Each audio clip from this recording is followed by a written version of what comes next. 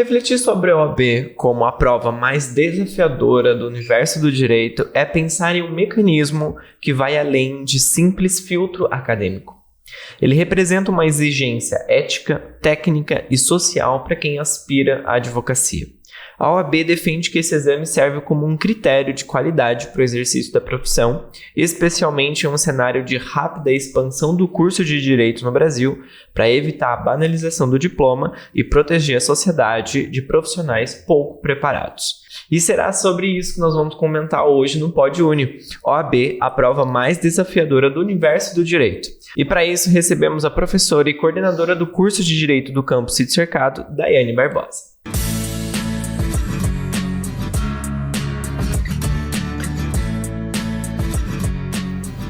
Professora, é um prazer te receber. Muito obrigado por ter aceito o nosso convite.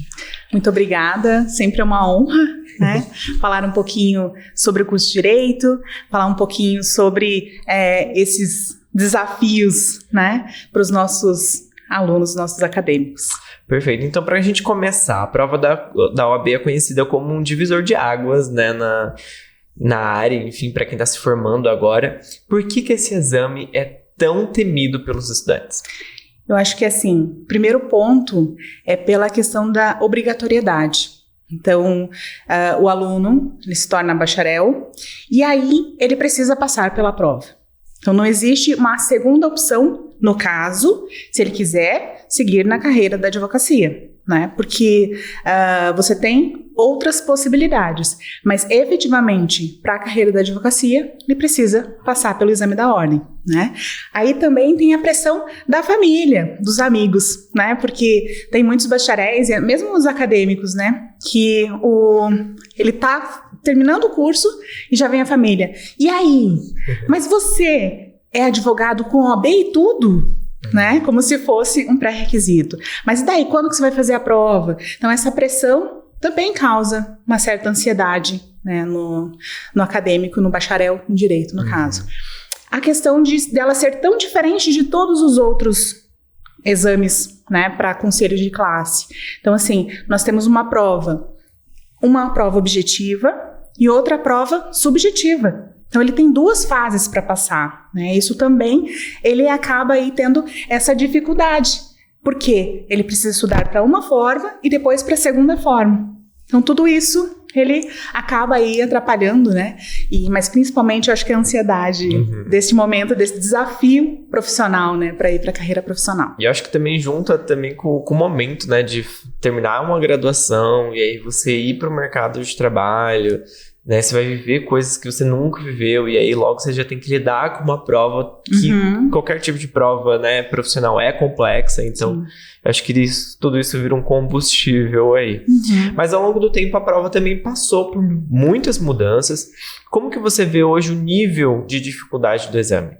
Então, a dificuldade ela continua sendo alta, então ela sempre foi alta, mas hoje ela tem aí uma modificação, né? Porque a gente tem a inclusão de outras matérias que anteriormente não tinha. Né? Então, por exemplo, direito eleitoral, filosofia do direito previdenciário, que não existiam nas provas anteriores.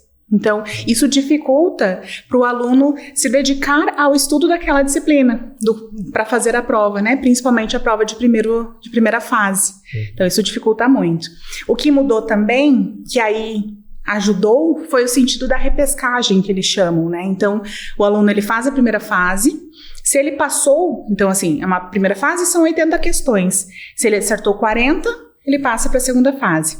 Se na segunda fase ele reprova, ele não consegue atingir a nota, ele pode fazer direto a segunda fase, uma única vez. Então, isso acabou auxiliando os alunos, né, que tinham essa dificuldade, porque anteriormente não tinha essa opção. Mas você tinha que voltar e fazer de novo. Exatamente.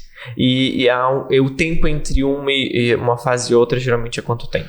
Via de regra, ele gira em torno de 2 meses. Nossa, é pouco tempo. Então, assim, por exemplo, agora, em dezembro, dia 22, salvo engano, nós temos a primeira fase. E a segunda fase já está agendada para fevereiro. Então, o aluno que passa na primeira fase, ele precisa já começar aí a se dedicar para a segunda. Vai virar o ano estudando. Exatamente, é uma opção. E também comparado com outras avaliações nacionais e até internacionais, o que torna a OAB tão singular no universo jurídico? Então, ela é singular exatamente pela questão de ser 2 fases, né? Porque a gente tem, por exemplo, o Conselho de Contábeis, para ser contador, é só uma fase, né? O direito não. Para você passar no exame da ordem, para você ser advogado, você precisa passar por 2 fases. E aí, como eu disse, né? A primeira prova, ela é totalmente diferente da segunda. Então, eu não consigo me dedicar, não, vou estudar desta forma. Então, na primeira fase, só para a gente compreender, né? É cobrado 20 disciplinas. Nossa. Então, em 80 questões. Né? Então, como que eu estudo, como compreendo? Exatamente. Só que daí, assim, ok, é um concurso na primeira fase. Eu passei? Não sou advogado ainda. Eu preciso passar pela segunda prova, que é uma prova prático-profissional, que tem uma peça processual, que tem 4 questões subjetivas. Né? Então, é uma folha em branco que eu preciso escrever. Nossa. Então, são técnicas totalmente diferentes. Por isso que ele é tão singular. Eu não posso simplesmente pensar que eu vou estudar para a primeira da mesma forma que para a segunda. Não. Né? E o que eu estudo primeiro? A primeira ou a segunda? Né? Porque são conteúdos totalmente diferentes. Né? E aí, se for comparar de uma forma internacional, a gente tem, os Estados Unidos, ele tem, é bem parecido, mas tem, por exemplo, o Reino Unido, e já vai para uma questão prática. Então, a prova ela é mais prática, profissional. Então, ela tem uma diferenciação. Né? Então, tudo vai diferenciar aí de região para região. Que interessante. E acho que a maior dificuldade na segunda fase, acho que justamente essa questão que você falou da subjetividade, né? Porque a peça processual pode desmembrar em muitas e muitas e muitas coisas. E aí você tem que escolher um ramo e... O que acontece, né? Quando você faz a inscrição, você já indica qual área do conhecimento você quer fazer a segunda fase. Então, ele te dá uma filtrada no que você precisa estudar. Mas isso não quer dizer que é pouca coisa que você precisa estudar. Sim. E aí, sim, existem técnicas, né? A segunda fase, porque assim, na segunda fase você pode levar a lei seca. Então, o que a gente chama de vademecum, que é o compilado, né, de legislação. Esse documento, esse livro, a gente pode levar desde que não tenha comentários. Ele não pode ser comentado e muito menos escrito nele. Essa aqui é uma contestação, essa é uma inicial. Mas daí a segunda fase, ela vem, a peça processual é um texto, onde o aluno ele precisa identificar em que fase processual que está para indicar qual é a peça processual. Né? Então, ele vai indicar e aí ele tem que fundamentar. E é por isso que precisa da legislação. Sim. Então, eu não posso simplesmente... Eu indiquei que é uma contestação, mas eu não fundamentei, eu já vou perder ponto com isso. Ou eu coloquei que é uma inicial, mas fundamentei como uma contestação, a prova está anulada. Porque a peça vale 5 pontos. Eu tenho que tirar 6 pontos ao total. Então, eu tenho 5 da peça e 5 das 4 questões. Ou seja, se eu zero a peça, eu já reprovei. Nossa. Então, eu tenho que acertar a peça, eu tenho que fundamentar com todos os itens e acertar uma quantidade de perguntas. Então, não posso só uma coisa ou outra. Sim. Né? Então, é técnica, é diferente. E por isso que os alunos acabam se dedicando durante 4 anos também na faculdade já. A gente, nosso curso é 5 anos, né? 5. 5 anos, E aí, assim, por isso que é importante se dedicar desde o começo, né? Eu não posso pensar em estudar em 1 mês, né? Agora não dá mais tempo para não dezembro. É que não dá. Dá. Se você souber a técnica, se dedicar um pouquinho mais, dá, né? Mas ele tem uma dificuldade um pouquinho maior. Né? Que daí são algumas dicas que a gente dá da vida, assim, né? Sim. E já até puxando sobre isso, assim, na sua experiência como coordenadora e como professora também, qual que você acha que é a melhor forma de estudar? Ele vai passando pelas áreas ao longo da graduação ou ele faz um compilado agora, próximo da data? Então, assim, eu indicaria as 2 coisas, né? Você precisa se dedicar durante o curso, sim, Porque assim, por exemplo, no primeiro ano, você tem lá a filosofia do direito que vai cair na prova. Então, desde o começo, sim, tem questões que caem na prova. Então, por isso que tem que se dedicar desde o começo, né? E aí, assim, para a primeira fase, uma dica que eu dou é rever, pegar, porque assim, agora com a banca examinadora atual, que já está há um bom tempo, eles deixam disponível as provas anteriores. Então, o aluno sim pode resgatar essas provas e tentar fazer. Isso é muito legal. É uma técnica que faz muito sentido. E para mim fez sentido quando eu fiz, e faz todo sentido. Por quê? Porque você começa a compreender, a familiarizar com o conteúdo, né? Não chega na véspera e fala, eu não sei, né? Como que ele me cobra? Porque cada banca examinadora cobra de um jeito, né? Isso para concurso, para tudo mais. E na OAB não é diferente. Então, a banca, ela cobra de um jeito. Tem as pegadinhas que acabam caindo repetidamente, mas você só vai observar se você retomar as provas, né? E a própria formatação da prova em si, Exatamente. né? Que muda de banca para banca, igual o vestibular. Exato. Né? Então, hoje, a gente tem aí uma divisão da prova, ela tem uma quantidade de questões por tipo de conhecimento. Então, por exemplo, o Código de Ética da OAB. Só o Código de Ética da OAB são 8 questões. Né? Então, das 40 que eu preciso para passar, 8 questões são Código de Ética da OAB. Então, exatamente, é o principal. Eu digo assim que você tem que estudar, você tem que saber o Código de Ética, né? Principalmente pela questão da ética, para compreender qual é a forma, né, que você tem que atuar, como por conta da prova. Né? Então, o Código de Ética é em torno de 87, 88 artigos. Então, não é uma quantidade grande. E sim, pode buscar videoaulas, pegar a lei seca, compreender, estudar, né? Então, é um dos pontos principais. E aí, outra dica que eu sempre dou, quando os alunos me perguntam, então, Código de Ética. E aí, existe, com 6 questões cada, direito civil, processo civil, direito penal, processo penal e direito constitucional. Então, cada um tem 6 questões. Ah, mas eu odeio direito penal. Ok, mas então se dedica para o direito civil. Olha as perguntas, estuda e vê o que você tem familiaridade e o que você não tem. E o que você não tem, você começa a buscar, né? Sim. Aí tem direito do trabalho com 5 questões, direito processual do trabalho também com 5. Então, são as principais. Que se dedicar um pouquinho mais nessas, as outras você consegue, obviamente tem que estudar tudo, mas ela fica mais fácil a compreensão e o desenvolvimento das questões. E sim, quando você olha a prova, você sabe, começa com o Código de Ética, depois passa direito internacional, filosofia, enfim. Então as questões, ela não tem uma nomenclatura em cima de qual disciplina ela vai numa sequência. Então, se você não vê as provas anteriores, você não tem como saber qual é a sequência que você vai fazer, né? Não é tipo o Enem, que tem ali conhecimentos gerais, não, linguagens. Não, é uma continuidade. Então, quando eu fiz, eu comecei Código de Ética, aí eu virei a prova e fiz Direito do Trabalho, Processo de Trabalho, que era o que eu mais tinha familiaridade, e depois eu retomei com as outras questões. Então, é uma forma também, uma técnica de... Sim.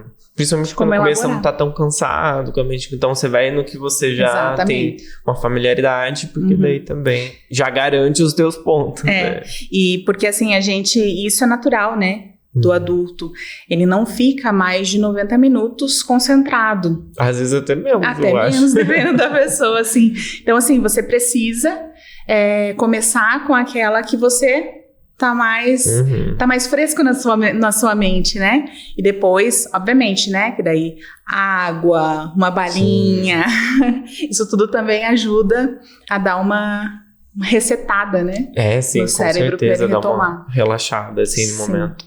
Existe algum perfil de aluno que tende a ter um sucesso na OAB? Sim, existe um perfil de aluno. Qual que é esse perfil? O aluno que se dedica, o aluno que busca, que realmente sabe o que ele quer, né? Ah, mas eu não sei se eu quero advogar. Tá tudo bem, né? Você pode seguir uma outra carreira, não importa. Mas o perfil do aluno é aquele mesmo que sabe o que ele quer, que ele sabe trabalhar com a ansiedade dele, porque essa ansiedade ela vai bater, né? E quando a gente fala na ansiedade, mas eu não tenho ansiedade, para mim pouco importa, mas na hora vai bater, né? Porque você tá, como eu falei anteriormente, é a tua profissão, é o que você quer seguir, a família tá em cima falando, né? Então, naturalmente, e só que quem tem ansiedade é quem se importa. Aquele friozinho na barriga é só quem se importa, né? Você se dedicar com o tempo, com a administração do tempo, né? Então, assim, nosso aluno, e é o perfil do nosso aluno é um trabalhador estudante, né? Então, é aquele aluno que ele trabalhou o dia inteiro, ele foi para a faculdade à noite, ele não tem tempo livre, né? Mas hoje, existem algumas formas que você precisa usar esse tempo. Então, na hora do almoço, tem aplicativos com questões que você pode responder. Né? Então, responder na hora do almoço, na hora que está indo trabalhar de ônibus, na hora que está voltando, enfim. Final de semana. Então, realmente pensar, eu preciso estudar tudo de uma vez só? Não, mas se eu estudar um pouco a cada dia, ao final vai ficar mais fácil. Porque daí agora você só faz um resumo, para refrescar na memória o conteúdo. Então você vai, conforme a graduação vai passando, você vai criando aí um banco de dados. E até puxando já um gancho que era lá pra frente no roteiro, mas aproveitar o tópico, para o aluno que não quer advogar, ainda assim você recomenda que ele faça o OAB, porque a gente não sabe de amanhã, vai que ele precisa, né, advogar ou não, então segue. Veja, eu acho que assim, a pessoa ela tem que saber o que ela quer, né? Não se importar com o que as outras pessoas vão dizer. Então, eu preciso necessariamente advogar. Não, né? Eu posso sim prestar um concurso, se eu quiser atuar numa outra área em específico. Eu posso trabalhar numa empresa na parte de contratos, na parte de compliance, LGPD. Então, eu tenho outras formas, né? Então, não necessariamente, sabe? Eu acho que, assim, esse tabu que necessariamente, eu preciso terminar o curso de Direito e eu preciso, de fato, fazer a OAB, prestar o exame, né? Não, porque, de repente, a pessoa não quer seguir este caminho. Sim. E tá tudo bem, sabe? Essa pressão que a sociedade impõe, às vezes ela limita a pessoa a querer criar caminhos que são diferentes de todos os outros. E às vezes a pessoa já desiste até mesmo do curso, porque ela já tá pensando com medo lá do futuro, de se eu não consigo fazer a OAB, e aí eu nunca vou poder atuar na área. E não, né? Uma coisa completa. Quais são as áreas hoje do direito? Você citou algumas, né? Como compliance e contratos, mas que não precisam especificamente da OAB. Então, voltado a essa área, como eu disse, né? Então, nas empresas, né, do setor privado, é a parte de contratos, é a parte da interface com órgãos governamentais, tabelião em cartório, né? Na questão de concursos públicos, né? Então, delegado de polícia, né? Questão policial, não. Porque existe também a questão de não precisar ou não poder ter, né?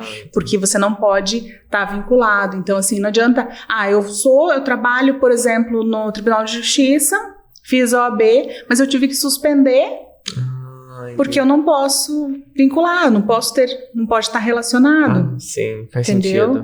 Então, assim, existem algumas áreas que, de fato, nem poder eu posso ter, né? Então, tanto é que a gente tem vários alunos, tanto do nosso quadro atual quanto egressos, que eles são concursados. Tanto da segurança pública, né? Tem uma grande quantidade, e que não vão fazer OAB. E tá tudo bem também. Sim, exato. Isso não desqualifica eles como de forma alguma. Muito bom. E também falando, a gente já comentou bastante sobre a segunda fase, né? Mas eu queria saber quais são os maiores desafios dessa segunda fase especificamente e como que você recomenda que os alunos superem, principalmente porque o tempo, né, igual você falou, geralmente é 2 meses depois, então é pouco tempo, é outra prova diferente. O ideal, então, assim, quando o aluno ele vai fazer a inscrição, ele vai indicar qual área que ele quer fazer a segunda fase. Então, civil, penal, tributário. Então, ele vai escolher qual o caminho. E aí, a partir disso, ele vai se dedicar a elaborar essas peças. Então, assim, não adianta ficar floreando demais, né? Ela tem que ser objetiva. Então, como é que eu vou estudar? Primeiro, eu preciso saber se aquela área que eu escolhi porque eu achei bonita, ou porque, de fato, eu tenho familiaridade. Então, eu estagiei no escritório que eu fazia muito desse tipo de peça. Isso é legal, né? Eu vou fazer porque eu gosto muito dessa área. Então, ele fica um pouquinho mais fácil a compreensão, né? E aí, se dedicar à lei. Deixar encaminhado a lei, compreender onde estão os artigos para a fundamentação. Como eu disse, não adianta só acertar o nome da peça, né? Eu preciso acertar o nome da peça e eu preciso fundamentar adequadamente.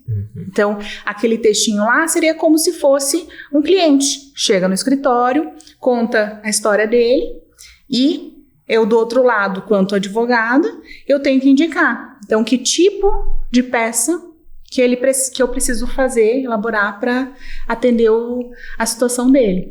Então, você aí precisa, sim, olhar a lei, ver, né? Existe o índice remissivo, que é dentro, né, do Vademecum tem, né, da lei, onde você consegue encaminhar para as peças que possuem aquela área que você escolheu. E aí, sim, como eu disse, não pode anotar. Mas um clips pode. Então, uma dica seria os clips coloridos, né? Então, você coloca indicando, né? Por exemplo, o que é uma peça, uma inicial, qual a fundamentação para contestação, qual a fundamentação para impugnação, e assim por diante, né? A gente consegue aí, que aí fica uma forma que, para você, quanto, né, candidato, você consegue enxergar onde está a sequência. Sim. E, claro, novamente, retomar as provas anteriores, verificar como é cobrado, porque, assim, a peça processual, então, ok, eu tenho que endereçar, eu tenho que acertar a peça, o nome da peça, eu tenho que fundamentar e finalizar. Não posso colocar meu nome, enfim, tem algumas coisas que no edital diz que eu não posso deixar, né, informado. E aí as perguntas também, a pergunta não é só sim e não, eu tenho que fundamentar. Então eu tenho que saber onde está dentro do código. Então por isso, retomando as provas, vai me dar um norte do caminho que eu devo seguir. E o preparo emocional também é uma parte bem importante, como a gente já falou na questão da ansiedade, né, durante esse processo da OAB. Como que você recomenda que os alunos, os candidatos, possam lidar com isso, com a ansiedade, principalmente com a frustração, às vezes, de um resultado negativo, porque a gente sabe que, igual você falou, a pressão é grande, então às vezes a pessoa faz uma vez, não passa e já não quer mais fazer, ou faz uma segunda, não passa ainda e acha que... Né? E aí eu acho que começa a se ver um peso muito grande, tipo assim, nossa, estudei 5 anos, não consigo passar, e o que tá acontecendo? Né? Como que lida com isso? Então, acho que o primeiro passo é compreender que a prova não é o fim, né? Que sim, ela é o começo, que a frustração ela pode acontecer, as lágrimas elas podem surgir, o luto por uma possível reprovação ela pode acontecer, mas esse luto tem que ser momentâneo. Né? Então, precisa sempre deixar a cabeça, compreender que aquilo lá não vai te desqualificar de nenhuma forma, né? Que eu vou tentar, se eu não passar, eu vou tentar de novo, porque sim, aquilo é o meu sonho. Mas aquilo não está dizendo se eu sou ou não bom naquilo. Se naquele momento eu não estava preparada emocionalmente, eu vou tentar uma segunda vez para eu ter a minha garantia, né? Ninguém vai te perguntar quantas vezes você fez. Quando você tiver com a sua carteira, é isso que vai importar. Se é esse seu sonho, é o que vai importar. E não o quanto demorou para você chegar lá. Né? Então, é realmente compreender que isso não é demérito. Isso é bem importante. Você acredita que a OAB deveria servir de exemplo para outras áreas, outros conselhos profissionais, principalmente aí na área da saúde?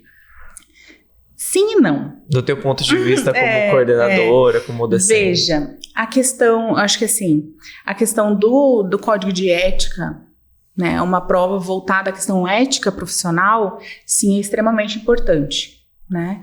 Porque, de fato, e pensando na área da saúde, precisa sim, né, precisa ter este caminho da ética. As pessoas, elas precisam compreender que elas estão lidando com vidas, né? Mas já a questão do restante da prova, talvez na saúde, isso ia ser um agravante na questão de quantidade de profissionais que passariam, né, por tudo isso.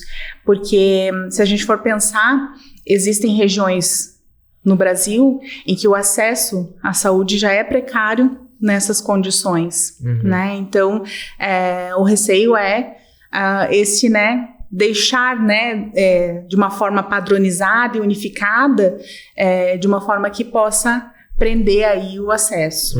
E, obviamente, que assim, na área da medicina, né, a gente tem as residências, então, o profissional da saúde, ele não chega cru para atender, né? Então, ele tem uma questão profissional, ele tem um acompanhamento profissional antes disso, né? Então, eu acho que isso já te capacita, né, a atuar. Já meio que supre essa necessidade. Exato. Então, não é uma prova que vai definir se a pessoa é ou não é, né, competente. Bom, e o mercado jurídico hoje também tem mudado bastante, né, enfim, junto com as transformações sociais, então, novas carreiras, novas demandas, a OAB acompanha isso na prova, como que funciona? Sim, ela acompanha, mas a passos bem curtos, vamos dizer assim, né? Então, por exemplo, agora a gente tem o direito eleitoral, o direito previdenciário, que anteriormente não tinha, né? Mas não tem, por exemplo, direito de tecnologia, né? A inteligência artificial está aí, né, para mostrar que precisa ser inserido isso na prova, né? Precisa ser repensado a questão mesmo da inteligência artificial e como ela é utilizada também dentro do direito, né? Porque eu não posso simplesmente pensar em ter esse tipo de tecnologia que é inserido para peças, elaboração de peças, mas eu não ser cobrado por isso, né, de uma forma que fique, né, na prova também. Então, ela cresce, mas ela é muito tradicional. Ela segue o caminho mais tradicional. Até porque essas transformações precisam ganhar mais robustez, né, dentro da própria sociedade, dentro do próprio debate jurídico, para que possa ir para a prova, né? Então, realmente, o próprio processo, né, de construção da prova, ela exige essa tradicionalidade. E a questão mesmo da legislação em si, né? Porque a gente tem várias legislações a respeito, mas não acompanha o que a sociedade estabelece, né? Então, a gente ainda precisa de muita legislação para compreender e ter, né, um aparato aí adequado. Tanto é que agora que a gente está discutindo, né, a regulamentação das IAs, então isso ainda está acontecendo para que daí, quando aconteça, de fato, no legislativo, a gente possa passar a exigir isso. Né? Exatamente. Perfeito. Bom, muitos estudantes também se questionam sobre essa necessidade aí de fazer a OAB, de seguir esse caminho, né? Você comentou já um pouco sobre essa questão de não precisa seguir, mas e para quem segue o pós-OAB, como que é esse pós? Como o aluno se insere no mercado? Sim, é um desafio muito grande, né? Porque ele precisa entender o que ele quer. Porque uma vez, eu tenho a carteira, mas que caminho eu quero seguir?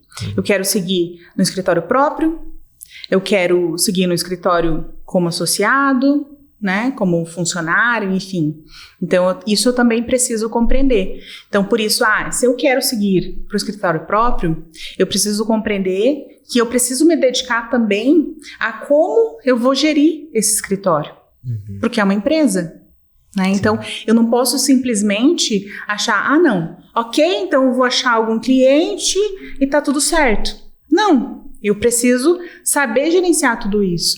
Porque existem demandas que eu vou receber na inicial, tem demandas que eu vou receber parcelado do cliente, tem demandas que eu só vou receber ao final, no êxito. Então, se eu conseguir... O êxito. Ainda tem esse detalhe. Exatamente. Então, é por isso que quando o aluno ele finaliza faz a OAB, é sempre um ponto de interrogação. Que caminho eu vou seguir? Né? Para aquele aluno que, sim, tem uma trajetória, tem uma família, já está na carreira jurídica, é uma coisa. Mas aquele aluno, aquele bacharel que não tem família nenhuma, é sempre um desafio. Assim como foi para mim. Né? Eu não tenho família vinculada à área do direito, obviamente que após a mim sim, mas antes não. Então, é sempre um desafio muito grande de você compreender até quando eu consigo. Né? É melhor eu seguir num escritório, ser funcionário, ser associado, ou vou seguir a carreira solo, né? Como diz o outro. E também tem um debate dentro da própria área jurídica sobre a obrigatoriedade da OAB, mesmo para quem vá seguir a carreira da advocacia especificamente. Na sua visão, tem outra alternativa além da OAB ou tem que ser a OAB mesmo? Como que você vê como coordenadora, principalmente você que tem contato com quem está saindo agora? Sim, eu vejo que tem que ter, eu acho que é extremamente importante, mas talvez precisaria um repensar sobre o exame, né? Então, alternativas seriam, né, dividir em 3 fases, talvez, no início do curso, no meio, no fim, ou um estágio obrigatório vinculado, né? Um tipo de exame para aquele acadêmico que não quer seguir na carreira de advocacia, talvez seria, né? Então seriam opções aí para que o aluno tenha. Eu sou totalmente contra, então não sou a favor de não existir a prova, que eu acho que para o mercado ela é necessária, até para equilibrar o mercado de uma forma geral, né? Mas poderia surgir novas possibilidades, né? Eu acho que aí você teria um norte melhor, né, e uma avaliação melhor, porque assim, não quer dizer que eu passei na OAB, que eu sou excelente advogado. Ela não é necessariamente uma régua que vai dizer... Não, porque é técnica, né? Então, não é isso que vai me qualificar. Sim, até porque a gente tem muitos profissionais, eu conheço muitos, não só da OAB, mas de qualquer área, que você bota uma prova para eles fazer, eles não conseguem fazer a prova, mas na hora dele ir para a prática profissional dele, é um excelente profissional. Exato. Porque a ideia da prova, o método tradicional de prova que a gente conhece também, educacional, né, aquela... modelo que, né, aquela questãozinha, marca X, etc. Talvez a pessoa não seja, né, adequada para aquilo, né? Ela não consegue se adequar naquele sentido. E me veio outra pergunta também agora que surgiu, sobre essa questão. Você acha que, por exemplo, um aluno de bacharel, ele passou 5 anos, ele não fez o estágio, só fez o estágio obrigatório ali da faculdade normal, mas ele não fez um estágio complementar, ou, né, não tem tanta prática ali. Isso vai impactar na hora da OAB ou não? Então, na prova da OAB, eu entendo que não. Mesmo porque eu não fiz estágio na minha época. E eu vejo que, assim, por isso que é muito a estratégia de como estudar. Né? Então, claro, a prática profissional, ela acaba ficando um pouquinho mais trabalhosa, né? Mas isso supre com o acompanhamento, com o estudo, tanto em sala de aula, quanto o estudo das provas, né? Entendi. Legal. E para concluir, então, qual mensagem você gostaria de deixar para quem está ouvindo agora e que está estudando para a prova, já está aí começando a ficar desesperado, porque falta um mês e pouco para a prova. Como que ele pode agora se preparar para esse último período? É bom estudar um dia antes ou um dia antes ele tem que relaxar e ficar... Então, eu acho que assim, a partir de agora é o momento aí de se dedicar ao extremo, né? Então, usar todos os minutos possíveis, retomar conteúdo, retomar as provas anteriores, refazer, verificar quantas questões você consegue atingir, né? Porque isso também conta até para você compreender que caminho que você está seguindo. Estudar na véspera, para alguns é legal, para outros não, né? Mas eu acho que é importante, eu acho que assim, não dá para deixar, sabe? Na véspera você tem que dar um gás. No dia, esquece, acorda tarde, Porque a prova começa logo após o almoço, então você tem que se alimentar bem, pra ir dormir bem. Claro, não consegue dormir bem. Mas não dá pra ir pra uma festa antes. Não. Mas, claro, por conta da ansiedade, Sim. né? Mas é trabalhar essa ansiedade, respirar fundo, trabalhar técnicas de respiração, que isso ajuda muito, né? E pensar que realmente a prova, a nota não te define, né? Você precisa atingir o quanto é necessário para passar. Porque eu tenho que tirar eu tenho que acertar as 80 questões. Não, né? A prova exige que você acerte 40. E você precisa pensar que você tem que tirar mais de 40. Mas não se forçar, não idealizar que necessariamente você precisa chegar nos 80. Sim. Né? Então, você precisa pensar nisso e pensar muito que é sobre você. Que tá tudo bem se de repente não for naquele momento. Se daquela vez não for legal, eu vou respirar, curar o meu luto por aquilo e vou retomar os estudos. Sim. Né? Eu preciso entender que eu quero aquilo e eu vou até o fim para conseguir aquilo.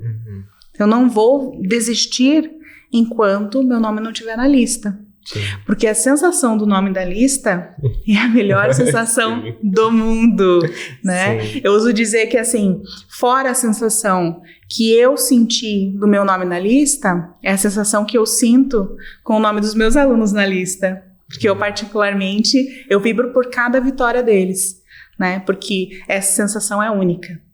Então, pode demorar? Tá tudo bem.